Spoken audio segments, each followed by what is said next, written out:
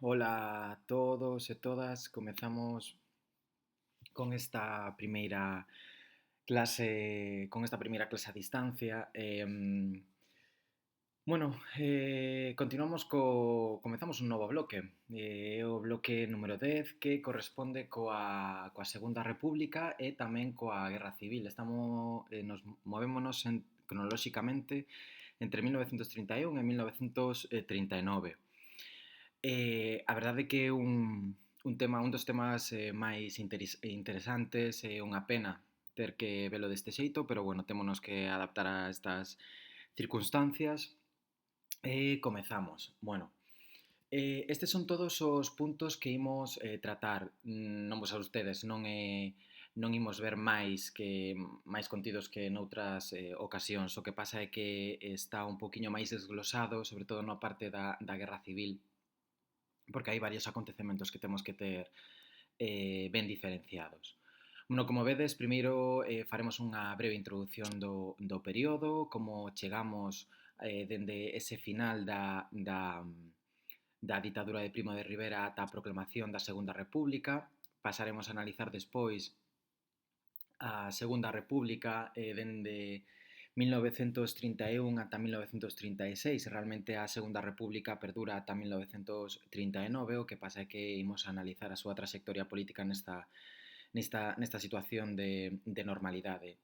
Analizaremos primeiro as forzas políticas que están presentes nesta Segunda República e tamén a nova Constitución de 1931, unha Constitución plenamente democrática. E despois pasaremos a analizar as grandes reformas da República.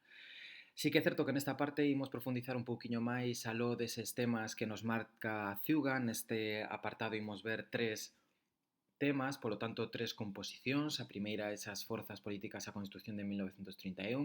O segundo bloque temático serán as grandes reformas da República, inda que afondaremos un pouco máis nas etapas desa república. E despois veremos a Guerra Civil, que sería a terceira composición que temos que ver neste tema, onde afondaremos tamén algúns aspectos fora do que é estritamente a composición de textos que nos toca, vale? Antes de iniciar a introdución, vou a pararme un pouco no contexto no que nos estamos a mover. É un contexto moi complexo. E precisamente, quizáis, porque por esa complexidade, é un dos períodos históricos máis interesantes de toda a historia. Dende un punto de vista económico e dende un punto de vista social, temos que ter en conta que nos movemos na crise dos anos 30. Estamos nun período de recesión económica, de crise económica tras o crack do 29. O crack de 29, que inicia un período de decrecemento económico en Estados Unidos, trasládase tamén a Europa e ten un impacto importante. De feito, afonda todavía máis nesa polarización ideolóxica, nesa polarización política que estivemos vendo, que se estivo vendo ao longo das primeiras décadas do século XX. De feito, neste momento é cando triunfan os fascismos e os totalitarismos en Europa. Non soamente no caso do fascismo italiano. Mussolini, recordade que xa estaba presente na década dos 20, o que pasa que comeza a construir ese estado dictatorial, sobre todo na segunda metade dos 20 e nos anos 30, e aparece en Alemanha tamén o nazismo alemán. Como dicía antes, non solamente é un caso exclusivo da Alemanha nazi ou da Italia fascista, senón que outros estados europeos tamén se sumaron a este xiro á dereita extrema. No caso, por exemplo, da Alemanha nazi, nos anos 20 viviu unha etapa democrática a Alemanha de Weimar. De feito, gran parte dos principios da Constitución de 1931, da Constitución española republicana, bebe directamente desa Constitución de Weimar. Sen embargo, neste contexto de crise, a partir de 1933 comezará a entrar dentro do funcionamento das institucións políticas alemanas e entra ademais dun xeito democrático o nazismo alemán, ata que dende dentro destrúe este sistema para crear o sistema totalitario, o sistema nazi. Por outro lado, vemos como noutros casos, en Francia ou en Reino Unido, conseguen manter eses principios democráticos. Aquí nesta imaxe, por exemplo, temos o goberno da Fronte Popular Francesa, liderado por Louis Blum. Tanto Francia como Reino Unido trataron de superar a crise económica e tamén viviron con bastante medo e con fragilidade o crecemento e o ascenso dos totalitarismos en Europa. E por outro lado tamén non podemos esquecer a figura de Stalin, que aparece nos anos 20 do século XX.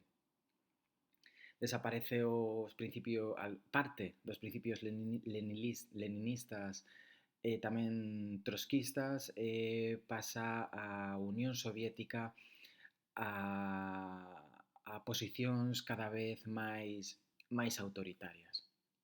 Ben, neste contexto é onde se inscribe a Segunda República, un contexto moi complexo, e onde se inscribirá tamén a Guerra Civil Española.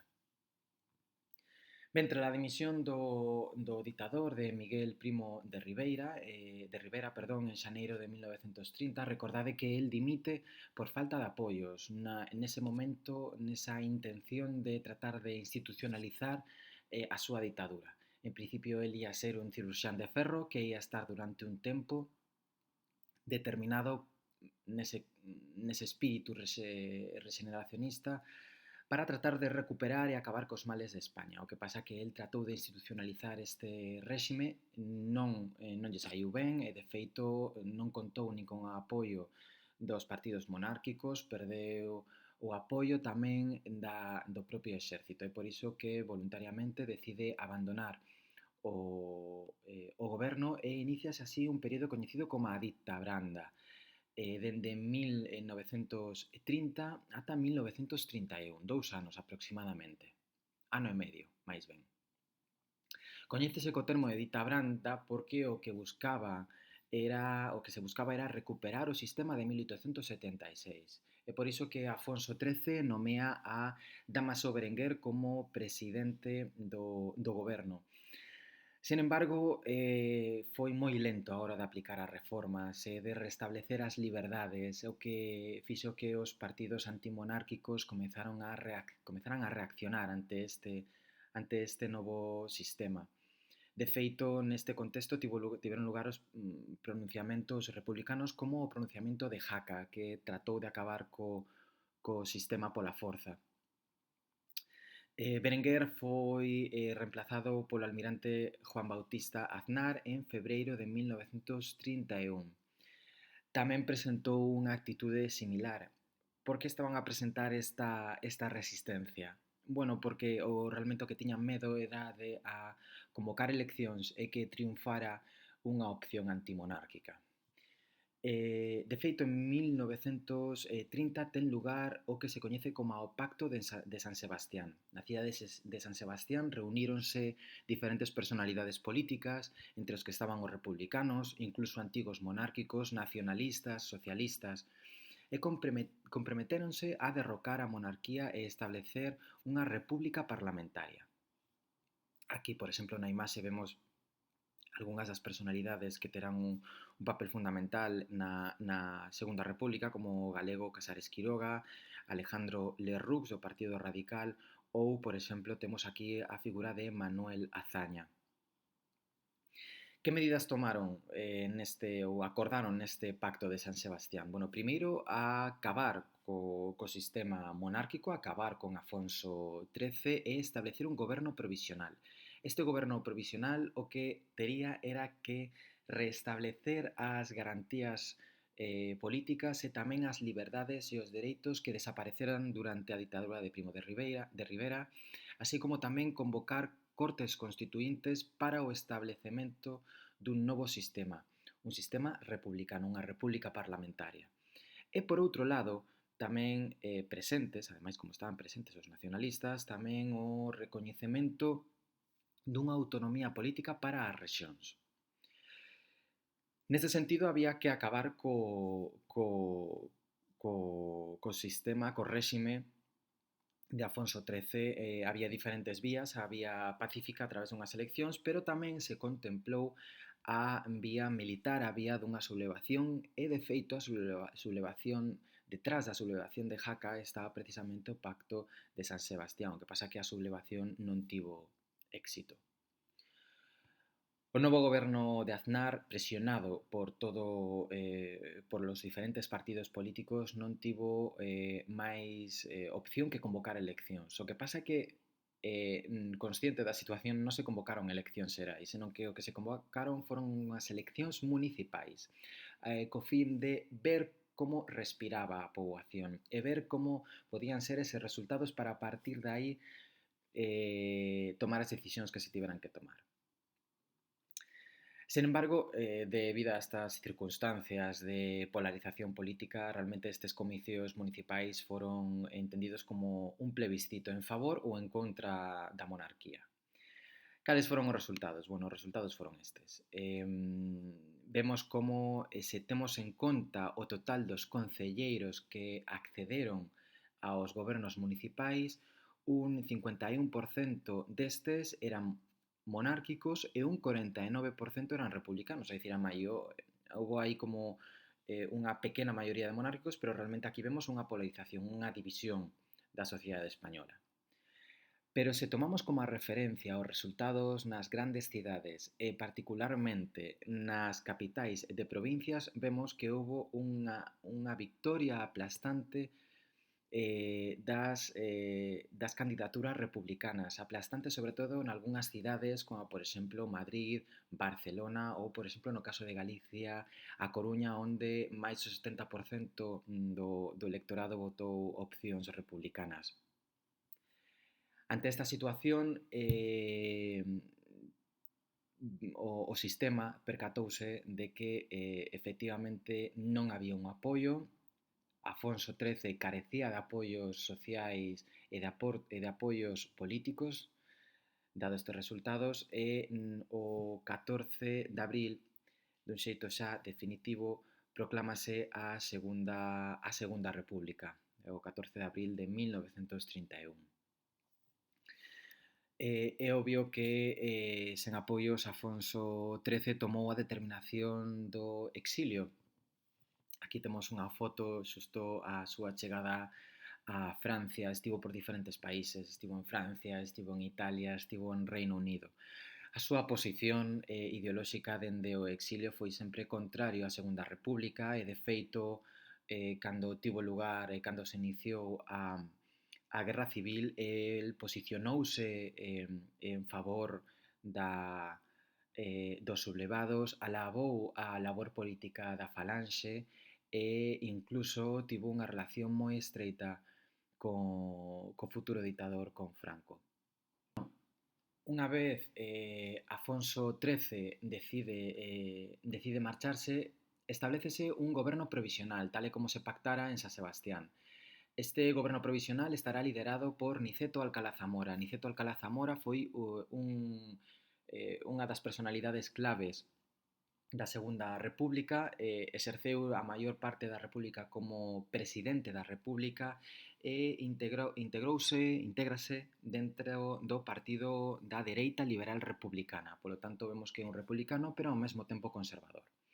Bueno, este goberno provisional tomou varias iniciativas e reformas as cales estaban recollidas naquel pacto. En primeiro lugar, decretouse a amnistía xeral. A amnistía xeral é a liberdade de todos aqueles presos políticos da ditadura de Primo de Rivera. Restableceronse as liberdades públicas e sindicais, dereito de reunión, dereito de asociación e, ademais, convocáronse eleccións a Cortes Constituíntes. Recordade que as Cortes Constituíntes teñen como único obxectivo a elaboración dunha Constitución.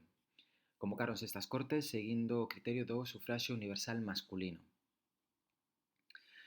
O mesmo 14 de abril, é dicir, o mesmo día que se recoñeceu e se proclamou a Segunda República, en Cataluña, Francesc Macià, de Esquerra Republicana, proclamou o Estado catalán e a República Federal Española. Ben, xurdiu aquí un problema que o goberno provisional tratou de reconducir, de tal xeito que se acordaba acelerar o establecemento dun Estado descentralizado do que será despois un Estado integral e autonómico e ademais recoñecíase dunha vez por todas o restablecemento da Generalitat de Cataluña. Tamén tomáronse outras medidas, como por exemplo o decreto de labra forzosa, que implicaba a ocupación e posta en cultivo das terras que estaban baleiras, sobre todo como resposta ás demandas do movimento agrario do sur de España. Ademais, tamén tomáronse toda unha serie de medidas que van moi na liña dos principios da Segunda República, como a dotación de escolas e de mestres, ou, por exemplo, entre outras, a republicanización do exército. Temos que ter en conta que a institución do exército xogou un papel importante e fundamental neses primeiros anos do século XX. Recordade que dende 1898 o exército tendeu cada vez a posicións máis conservadoras, máis autoritarias e reaccionarias, e a República tratou de solucionar estas posicións, de dar saída a institución do exército e de procurar unha reforma para evitar que fose un escollo ao longo da Segunda República, tal e como finalmente foi. Bueno, a proclamación da República tivo un forte impacto no panorama político, vale?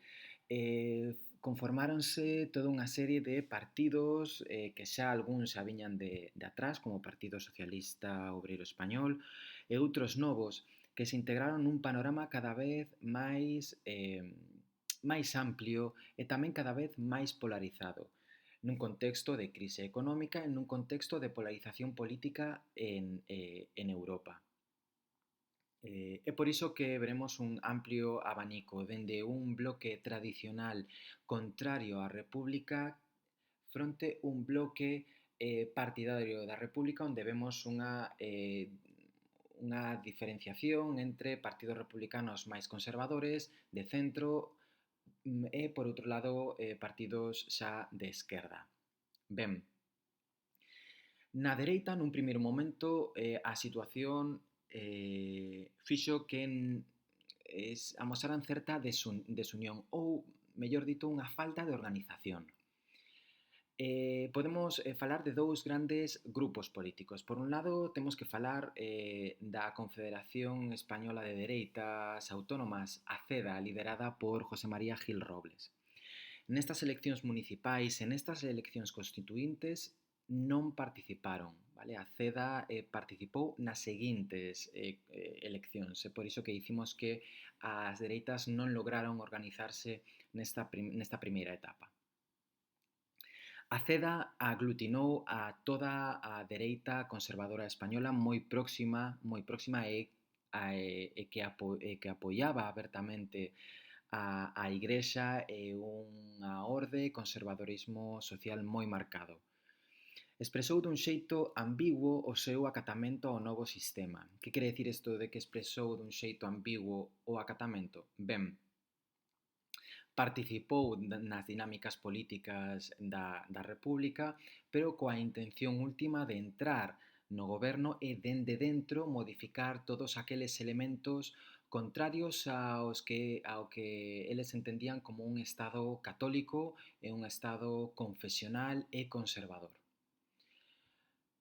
Cun perfil máis autoritario e fora xa do que podemos entender do respeto á legalidade vixente da República, temos por un lado a Renovación Española de José Calvo Sotelo, monárquicos afonsinos contrarios á República que participaron no sistema, e por outro lado, xa próximo ao fascismo ou plenamente fascistas, temos a Falanxe Española de José Antonio Primo de Rivera, e por outro lado as xuntas de ofensiva nacional sindicalistas, as XOMS, que en sucesivos anos formarán un único partido, FET das XOMS, que xogarán un papel fundamental como partido político, como partido único no período do franquismo.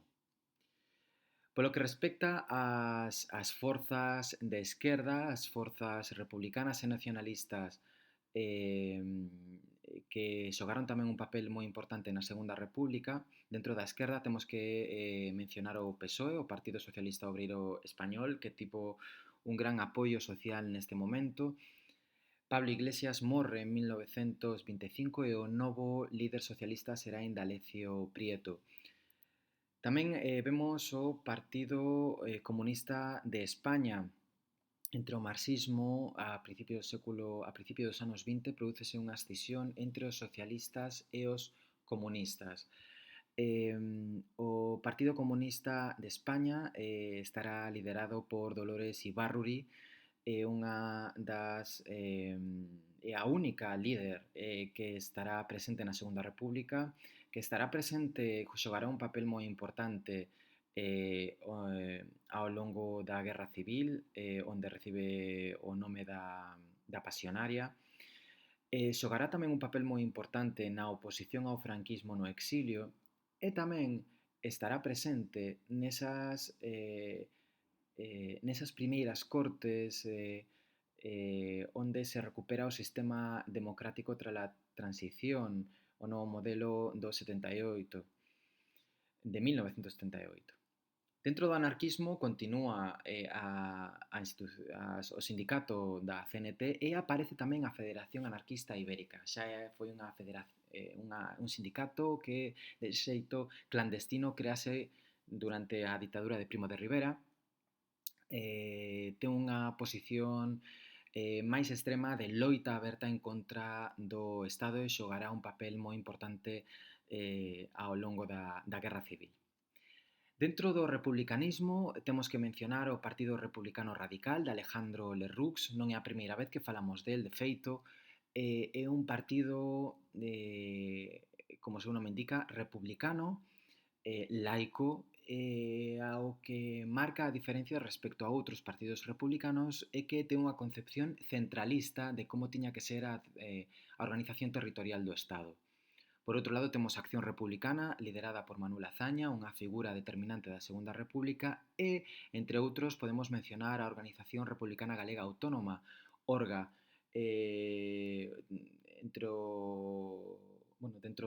de ORGA podemos salientar a figura de Santiago Casares Quiroga. ORGA sitúase nunha intermediación entre o agrarismo, entre o galeguismo e o republicanismo. E despois, por outro lado, están os nacionalismos periféricos. Estará a Liga Catalana, a antiga Liga Regionalista, e tamén temos o PNV, o Partido Nacionalista Vasco, ambos partidos nacionalistas de dereitas, é dicir, conservadores. No caso de Cataluña terá unha vertente de esquerda representada con Esquerra Republicana. Polo que respecta a Galicia, aparece un partido plenamente nacionalista de tendencia de esquerda, que será o Partido Galeguista, que xunto a ORGA serán ambos partidos que representen o autonomismo e o nacionalismo de Galicia nas Cortes españolas. Ben, chegados a esta situación, levase a cabo as eleccións das Cortes Constituíntes, onde triunfaron opcións socialistas e opcións republicanas. Esta foi a maioría. Sen embargo, neste arco que vemos aquí, solamente vemos un breve resumo de todos os partidos políticos que obtiveron algún tipo de representación nas Cortes Constituíntes. Fixadevos a cantidade de partidos que obtiveron representación neste hemiciclo. Esta situación será xeral ao longo de toda a Segunda República, aquí onde vemos unha gran fragmentación ideolóxica, unha gran fragmentación de institucións non tanto de institucións, senón de partidos políticos. Esta foi unha das notas distintivas da Segunda República. Pódese facer unha doble interpretación, no sentido de que o arco político daba cabida a diferentes tendencias ideolóxicas, onde había unha gran heteroxeneidade e unha gran riqueza ideolóxica. Pola contra, é obvio que isto dará lugar a unhas grandes dificultades para poder chegar a acordos. De feito, foi imposible o establecemento dun goberno sen sen unha coalición, sen acordos de por medio. De feito, explica a incerta e a forte, bueno, non incerta, senón máis ben forte inestabilidade política que tivo a Segunda República durante este período. Bueno, vemos como triunfaron as opcións maioritarias de esquerdas. Aquí está o Partido Socialista, o Partido Radical Socialista, Esquerra Republicana, Acción Republicana, todos de esquerda. Tamén aparecen partidos galeguistas. Temos a Federación Republicana Galega, que despois pasará a chamarse Orga, cun total de 15 deputados. E tamén aparece o Partido Nacionalista galego, Partido Galeguista, con 5 deputados. Ben, con este arco, con esta heteroxeneidade, redáctase a Constitución de 1831, tendo en conta que temos unha maioría socialista e unha maioría de esquerdas. A Constitución de 1831 bebe directamente de 4 principios. Bueno, o primeiro principio é a democracia. É o terceiro texto constitucional que temos en España que bebe directamente destes principios democráticos. Tiñamos a Constitución de 1869, temos o proxecto constitucional da República Federal de 1873 e este sería o terceiro exemplo, a Constitución de 1931. Veremos onde se pode ver eses principios democráticos. En segundo lugar, o segundo principio do que bebe é o regionalismo, polo feito de que establece unha descentralización na organización do territorio, algo que demandaban eses nacionalismos periféricos. Outro elemento que temos que ter en conta é o laicismo. Veremos como se establece unha división total respecto da Igrexa. Estado-Igrexa. O Estado deixa de financiar as institucións eclesiásticas e incluso en algún momento chegará a prohibir a entrada de determinadas ordes religiosas que se posicionaban en contra da República. Temos que ter en conta que algunhas personalidades dentro da Igrexa, como por exemplo o arcebispo de Toledo, no momento no que tivo lugar a proclamación da Segunda República, manifestouse abertamente contrario a República, amosando posicións máis próximas a figura de Afonso XIII. E despois, por último, temos a nova idea da economía social. A que responde isto? Bueno, isto responde ao movemento obreiro, basicamente.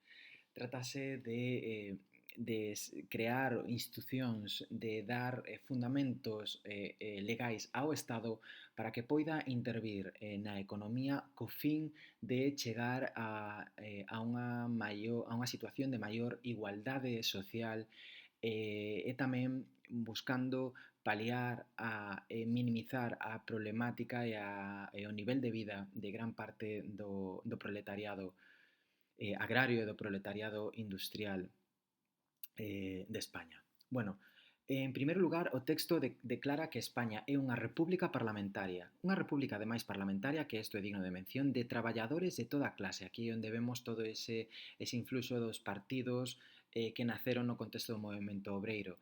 Establece unha república completamente laica e, ademais, establece un Estado integral. Temos que entender que este Estado integral foi unha posición intermedia entre os federais, entre ese proxecto federal de 1873 e ao mesmo tempo unhas posicións centralistas que defendeu o Partido Republicano Radical de Lerroux. Este Estado integral podémolo considerar como o xerme do que é a día de hoxe o Estado autonómico, un Estado integral que recoñece os particularismos, recoñece tamén a autonomía a determinadas rexións históricas ou a determinadas rexións polas súas particularidades económicas. Cales son os rasgos desta Constitución onde podemos ver todos estes principios? Bueno, primeiro, o que temos que ter en conta é que establece a soberanía, restablece a soberanía popular e por iso que dicimos que un dos principios fundamentais desta Constitución son os principios democráticos. E, ademais, por primeira vez, recoñécese un sufraxio universal. sen adxetivos, é dicir, un sufraxo universal tanto masculino como feminino.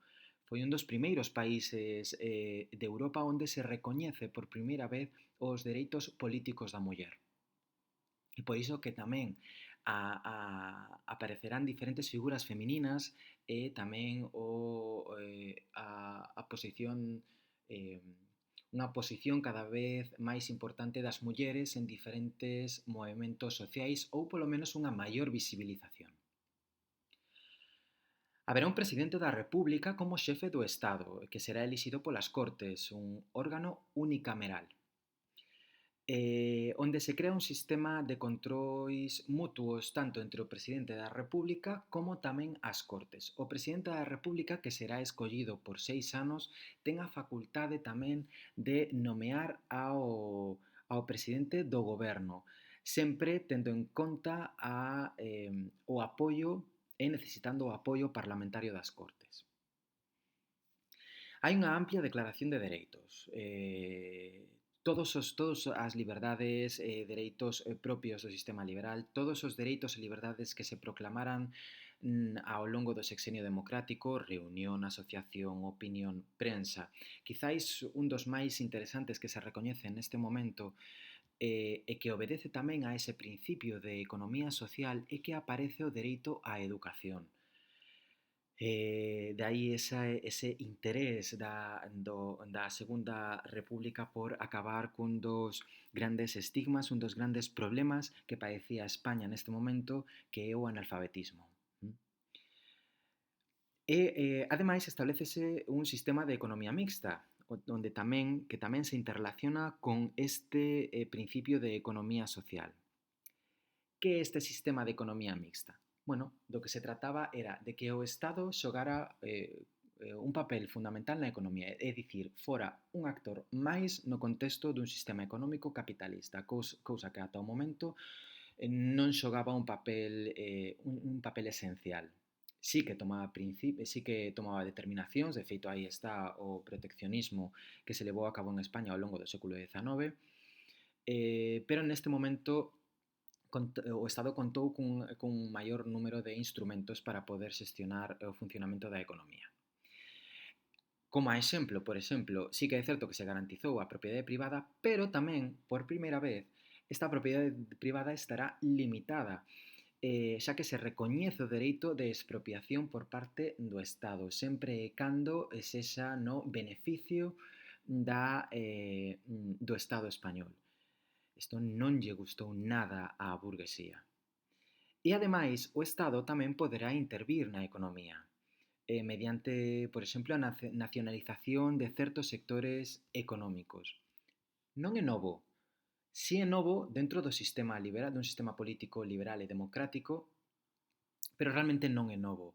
Xa o víramos na ditadura de Primo de Rivera como se nacionalizaba o sector das telecomunicacións ou como se nacionalizaba tamén o sector dos combustibles coa creación de CAMSA. Non é novo, polo tanto, pero sí que é certo que sentou as bases dun novo Estado cada vez que interviu cada vez máis na economía. Temos que dicir que isto non é algo exclusivo da Segunda República, non é algo exclusivo de España. Esta medida na que o Estado xoga un papel fundamental xogará un papel fundamental na economía foi unha das respostas que se deu ante a crise dos anos 30. Non? Bebe directamente dos principios de Keynes que se estableceu en Estados Unidos e moitos dos principios que, por exemplo, se trasladaron cara a Europa, onde o Estado tratou de xogar un papel importante para tratar de sacar a economía da crise na que se atopaba. Ben, este é o réxime que se establece neste momento, un sistema democrático recollido na Constitución de 1931. Analizado isto, agora o único que nos queda por ver a partir de aquí é ver como funcionou a Segunda República, como foi evolucionando a partir destes principios, ver como estes principios se acadaron aos obxectivos esperados por parte da Segunda República, ver tamén como reaccionaron os diferentes sectores sociais ante estes novos principios, algúns os apoiaron, outros reaccionaron en contra, agudizando todavía máis esa polarización social que se estaba a vivir en España, na España destes momentos.